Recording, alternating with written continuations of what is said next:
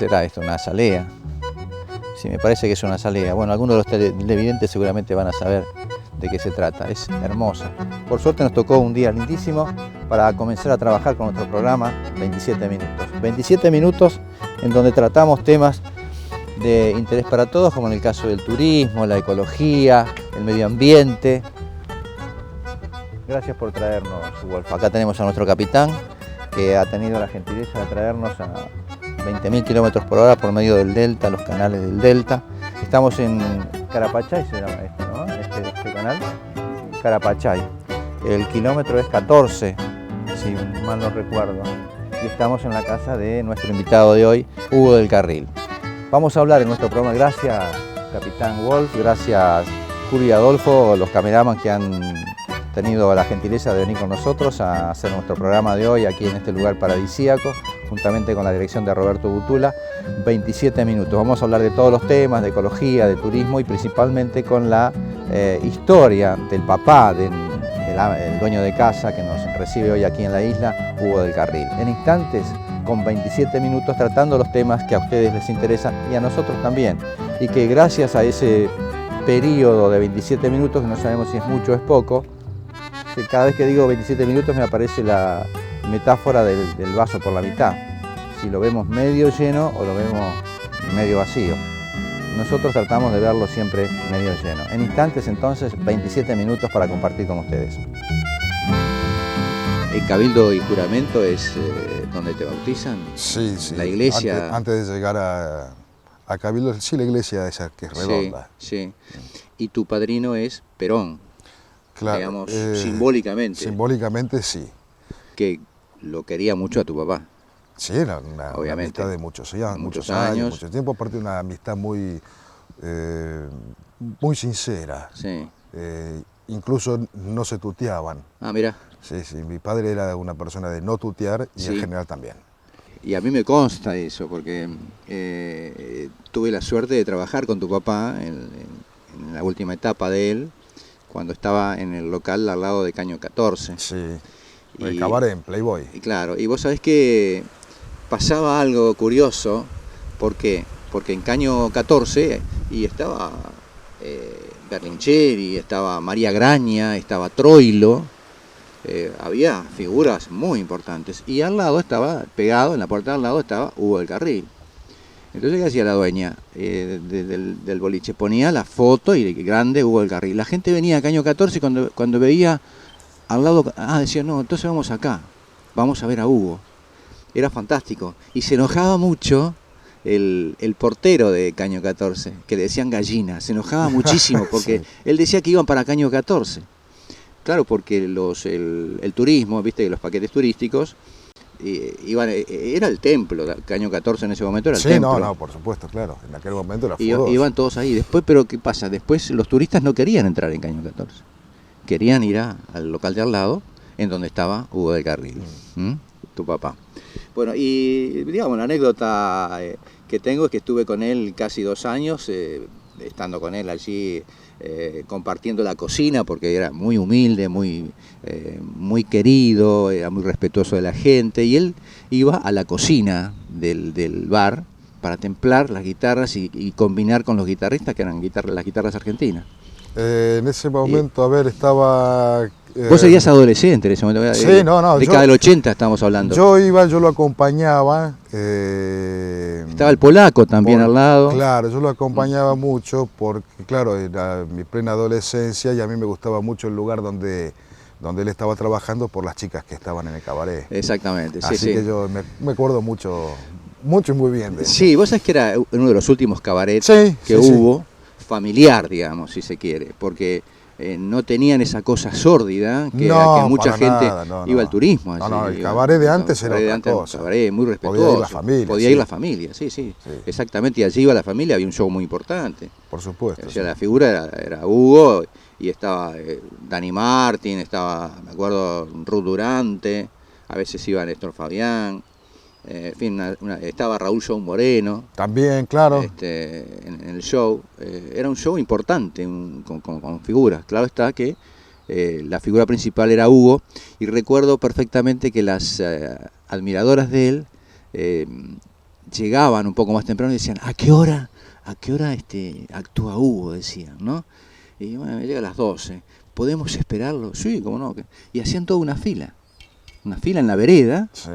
esperándolo a él, ¿no? Y, bueno, llegaba él, era un abrazo, la alegría.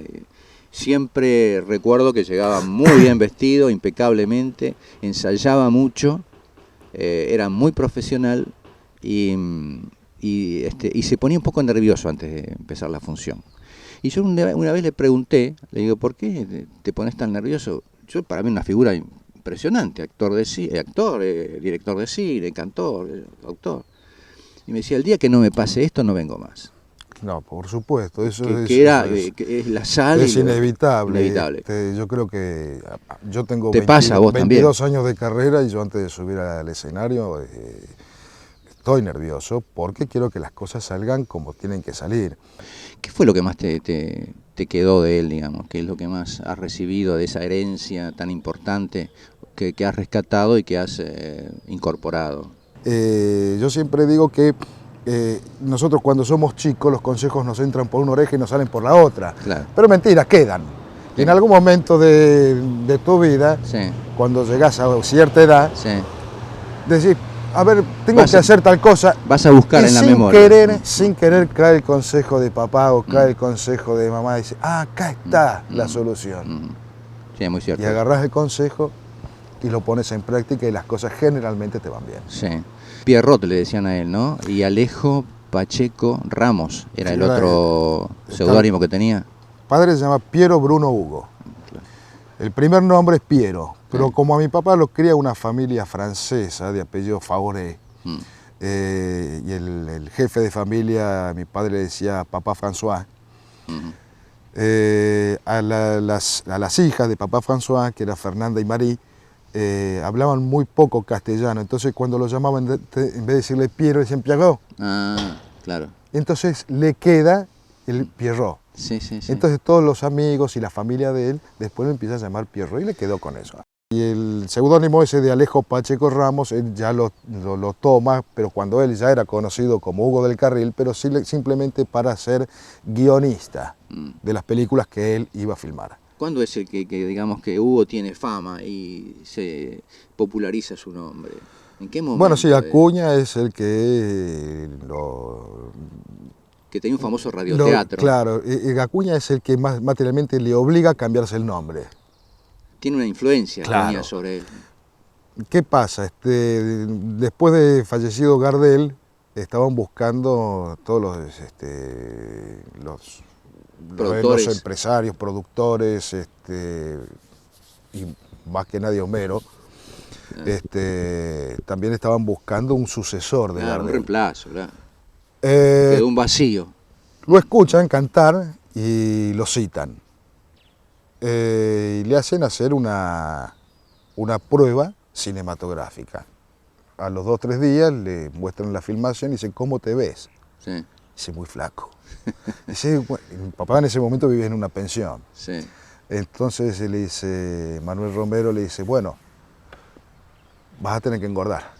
Yo te necesito. Es muy chiquitito el papel, pero yo te necesito en esta película. Después vemos qué va a pasar con vos. Dice, bueno, ¿y cuánto tengo que engordar?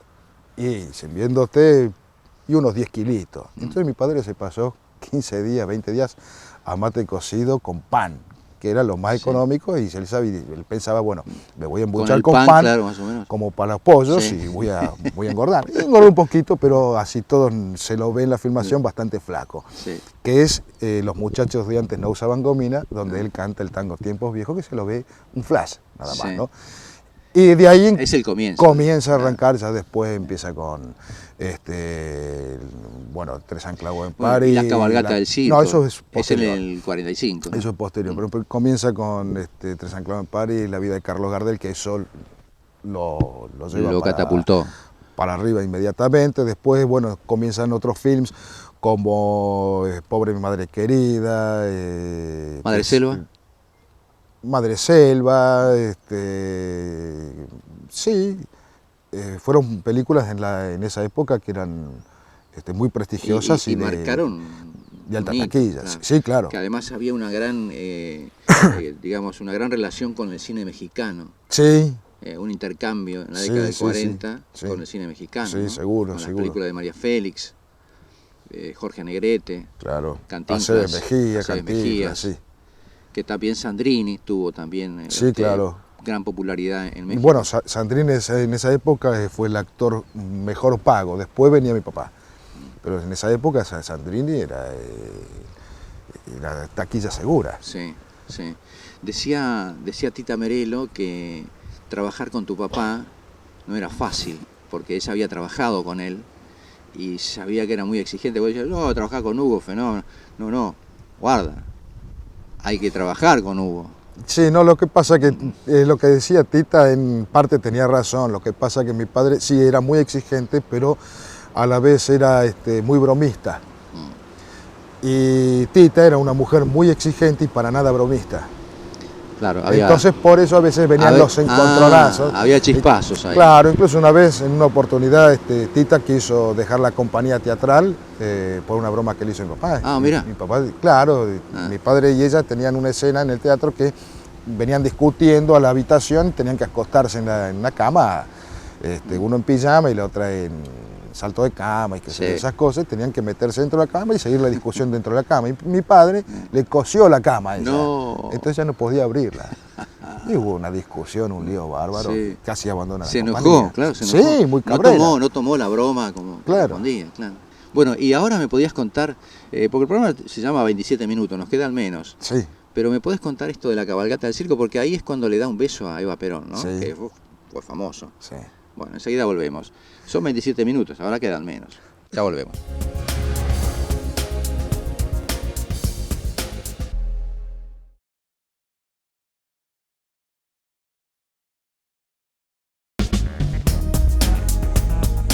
Bueno, son 27 minutos, nos van quedando menos, pero los estamos aprovechando al máximo porque estamos con Hugo del Carril Hijo, en un lugar fantástico, y quedó pendiente esta pregunta que todo el mundo se hace porque es lo que me parece a mí que ha impactado más en la gente cuando Hugo besa a Eva Perón, ¿no?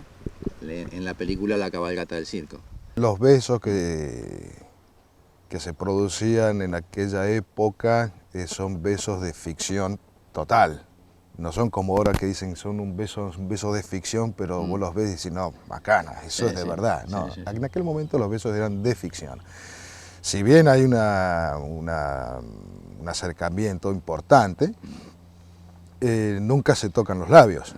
No fue muy carnal eso. Nunca se tocan los labios. En aquel momento uno besaba arriba y otro besaba abajo y parecía que eran unos besos bárbaros.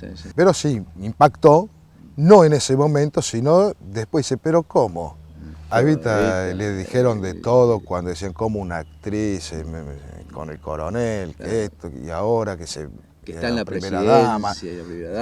Tenía muchos problemas, tuvo muchos problemas con la gente de alta alcurnia ella, pero bueno, pero creo que... El caso de las damas de beneficencia. Justamente. Eva, sin lugar a dudas, hoy por hoy está clavada en el corazón de todo el pueblo. Peronistas, no peronistas, antiperonistas rabiosos, pueden discernir con el general, pero creo que nunca lo van a hacer con la figura de Eva. Creo que Eva está metida en la carne y en la sangre de todo el pueblo argentino. Me viene a la mente una nota que le hice a Libertad Lamarque, y en un momento Libertad le pregunté, Libertad, Hugo del Carril, ¿qué me puedes decir de Hugo del Carril? Y que el partido a lo mejor en algún momento no lo apoyó como él se merecía, no hubo un gran reconocimiento del partido, y creo que Hugo se perjudicó al cantar la marcha peronista, dicho por Libertad Lamarque. Me lo dijo personalmente a mí en una nota que le hice por Radio Splendid. En realidad lo que dijo Libertad en parte tiene razón. Mi papá sufrió y se perjudicó mucho grabando la marcha peronista, pero lo hizo seguro.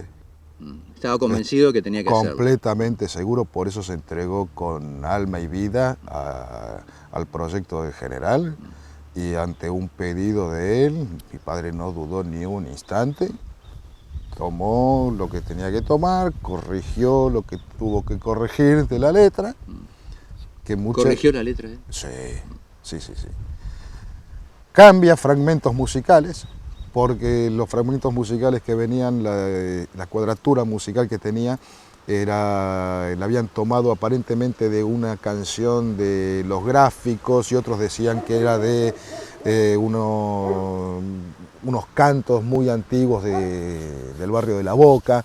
La cuestión que mi padre cambia algunas tonalidades, unos tonos de esa música, y la vuelca a un ritmo marcial. Una marcha. Una marcha. Lo original era, por ejemplo, pa, pa, pa, pa, pa, pa, pa, pa, una cansada era. Y mi padre le da ese vuelco, y por supuesto, cambiando algunas palabritas muy importantes. Bueno, mi papá sí sufrió exilio, sufrió la cárcel, sufrió simulacro de fusilamiento, le bombardearon 2 coches, le ametrallaron el departamento, y después 30 años de prohibiciones y persecuciones, así que la padeció.